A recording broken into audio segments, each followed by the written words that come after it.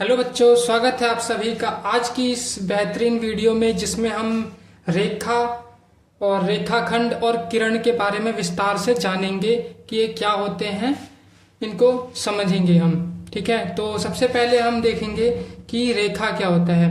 तो रेखा को इंग्लिश में लाइन कहते हैं और इसकी परिभाषा क्या है। रेखा केवल लंबाई वाली आकृति है, इसकी ना कोई प्रारंभिक सीमा होती है और ना कोई अंतिम सीमा होती है। तो मैं आपको समझा दूं कि जो रेखा होती है वह क्या होती है। वो सिंपल एक लकीर होती है, एक सीधी लकीर होती है, सिंपल।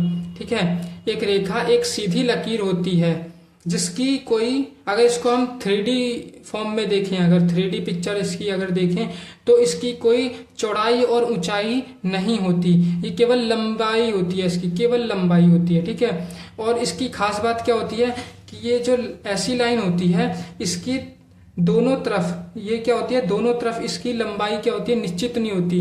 दोनों तरफ ये इसकी ये लंबाई, हम इसमें एक एरो का निशान होता है। ठीक है, एक लाइन होती है उसमें दोनों तरफ एरो का निशान होता है। रेखा में हमेशा दोनों तरफ एरो का निशान होता है। इसका मतलब होता है कि ये इसकी जो लंबाई है वो निश्चित नहीं है, वो दोनों साइड, दोनों दिशाओं में अनंत तक जाती है। यानी कि इस तरफ भी अनंत तक जा सकती है और दूसरी तरफ भी अनंत तक इसको हम बढ़ा सकते हैं। इसकी कोई फिक्स लंबाई नहीं होती। और तो इसलिए हम इसको, इस रेखा को क्या बोलते हैं, इसको हम नाम भी दे सकते हैं कि लाइन, कोई पूरी लाइन को हम एक नाम दे सकते हैं, लाइन एल, है ना। तो ऐसे हम नाम दे सकते हैं और इसकी कोई अंतिम सीमा नहीं होती। इसके बाद आता है रेखाखंड। रेखाखंड देखते हैं। अब ये है रेखाखंड। अब हम देखते हैं रेखाखंड क्या होता है। रेखाखंड को इंग्लिश में कहते हैं लाइन सेगमेंट। ठीक है, इसकी परिभाषा क्या हो जाएगी, यह रेखा का वह भाग है जिसकी दो निश्चित बिंदु होते हैं। ठीक है, इसे मैं समझा दूं अगर सरल भाषा में, तो देखिए, रेखा और खंड ये दो शब्दों से मिलकर बना हुआ है। रेखा और खंड, रेखा प्लस खंड। तो रेखा का मतलब जो हमने अभी ऊपर पढ़ा, रेखा यानी लाइन, और उसके बाद खंड। खंड का मतलब होता है टुकड़ा। यानी कि रेखा खंड का मतलब क्या होता है, किसी लाइन का, यानी कि रेखा का टुकड़ा, उसका एक टुकड़ा को हम क्या बोलते हैं, रेखा खंड। यानी कि किसी चीज का अगर हम टुकड़ा कर देंगे तो उसकी जो लंबाई होगी वो तो निश्चित हो जाएगी ना।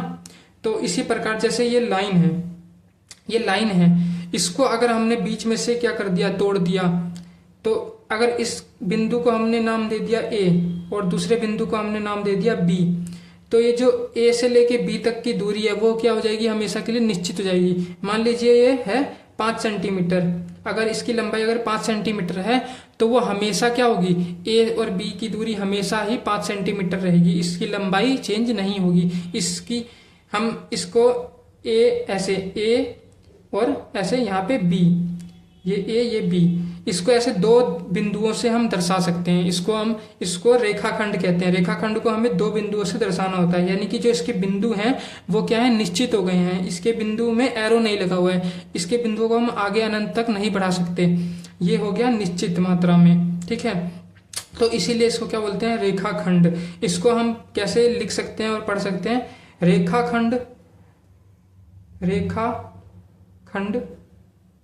ठीक है, रेखाखंड ए बी, और इसके ऊपर ऐसे एक लाइन खींच सकते हैं, इसको ऐसे दर्शाया जाता है, रेखाखंड ए बी। ठीक है, ये हो गया रेखाखंड। इसके बाद देखते हैं हम किरण। अब देखिए किरण क्या होता है। किरण यह रेखा का वह भाग होता है जिसका एक छोर बिंदु होता है और वो निश्चित होता है और दूसरी ओर वह अनंत तक जाती है। अब रे क्या होता है, रे ये समझ सकते हो आप, रे का मतलब किरण। किरण को इंग्लिश में ही क्या बोलते हैं, रे बोलते हैं। तो किरण क्या होता है, किरण ये समझ सकते हो आप, रेखा का ही एक आधा हिस्सा समझ लीजिए कि उसको अगर बीच में से काट दिया जाए रेखा को, तो उसका एक बिंदु क्या हो जाएगा, एक बिंदु उसका निश्चित हो जाता है। ठीक है, और जो दूसरा बिंदु है वो तो अनंत तक जाता ही है, वो तो रेखा का ही जो रेखा में होता है अनंत तक जाने का प्रॉपर्टी, वही इसमें भी रहता है। अनंत तक जाएगा दूसरे एक छोर, और जो दूसरा छोर होगा वो हो जाएगा निश्चित। इसको नाम दे देते हैं ओ। तो ये क्या हो गया, हमारा एक किरण हो गई। किरण का मतलब इसका एक बिंदु क्या हो गया, निश्चित हो गया। ये बिंदु हमेशा यहीं पे रहेगा। और जो इसका दूसरा बिंदु है यानी कि ए मान लो, ठीक है, तो ये ए क्या है, ये निश्चित नहीं है, ये अनंत तक जाएगा। ठीक है, इसको अनंत तक हम बढ़ा सकते हैं, तो इसको बोलते हैं किरण। इसको हम लिख कैसे सकते हैं, ओ ए, और ऐसे लाइन खींच के ऊपर, और ऐसे इसको नाम दे सकते हैं। इस प्रकार से किरण को लिखा जाता है। तो दोस्तों इस वीडियो में इतना ही। आशा करते हैं वीडियो आपको समझ में आई होगी। वीडियो अच्छी लगी हो तो वीडियो को लाइक एंड चैनल को सब्सक्राइब अवश्य कर लीजिएगा। मिलते हैं नेक्स्ट वीडियो में, तब तक के लिए जय हिंद, जय भारत।